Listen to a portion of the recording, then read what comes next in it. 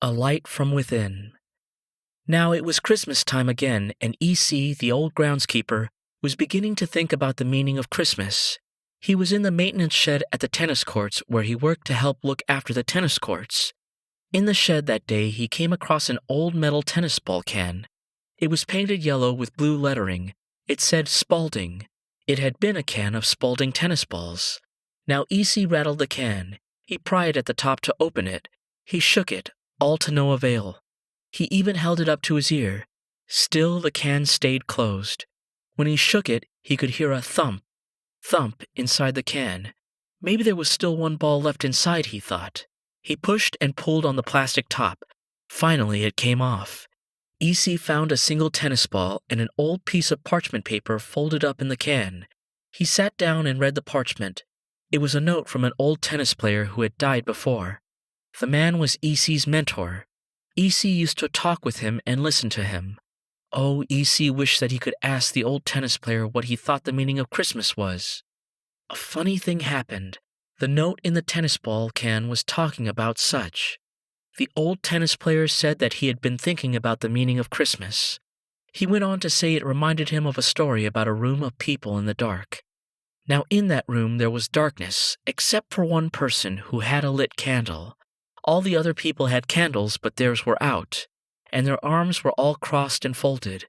There was no way that they were going to share their candle, their light with another. They were holding on to themselves for dear life. There was some light in the room coming from the one lit candle held by the young man. It seemed to get brighter.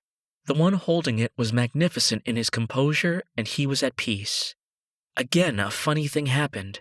The young man with the lighted candle began talking to and with each one in the room. He began to listen to them. He treated each one, no matter where they came from, with respect as if they had a light deep inside them. Yes, as if deep inside each person there is a light burning. It is just covered up with clutter, smog, resentment, anger. A lot of stuff seemed to make their light so no one could see it was there, deep inside. The young man could see it, though. He could see their light inside, and he loved them even though they had stuff and cracks.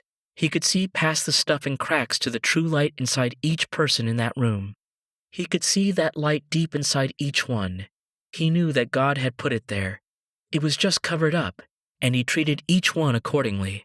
What happened next was that the people in the room began to loosen up.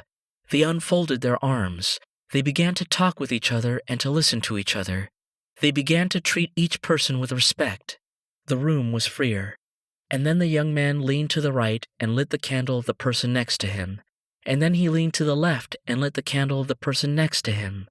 In return, each of these people lit the candle of the person next to them. This was done till all the people in the circle and room had their candles burning. Now the room was really aglow and bright with light and love. The people in the room in turn went from the room and shared their light with their families, friends, and the community, often helping others find their own light inside themselves and in others. So at Christmas time, picture a giant Christmas tree with candles burning brightly on each limb. One tree, many branches. On each branch there were candles burning. These candles symbolize people from all over the world with their internal light burning with light and love. Picture a Christmas tree with people on each limb aglow, with a light coming from inside them. And as all of mankind walks along our path to go back home to God, to unite with God, the Christmas tree moves with us, lighting the way for us to see. The Christmas tree moves with us, lighting the way for us all to be nearer to God. Picture that alive, moving Christmas tree of people with their lights shining through them, helping all people to see their way back home to God. What Jesus did was show us ways to help remove the clutter, the smog, the stuff that covered up the light that is burning deep inside each person. He even removed some of the clutter himself, and with his help and the Holy Spirit, we can keep on removing the stuff inside that hides our unique light and the stuff that keeps us from being nearer to God the Father. Jesus shows us a way and helps us recycle our stuff. As a result, we can let go of our stuff and get on with God's stuff. With helping God in God's work, we can even recycle and turn things that we thought were cracks into positive conduits, bringing God's light and God's love to our world. Oh, what about tennis? E.C. said. The old tennis player said that when we can get in touch with the light and love inside us, we can really bring light and love to the game of tennis and to the world, and all will be benefited. So Christmas celebrates Jesus' birth, Jesus who helped light our way back home to God the Father, Jesus who helped heal our stuff, Jesus who helped us get in touch with the spark of light inside each of us, that spark of God's seed in each of us.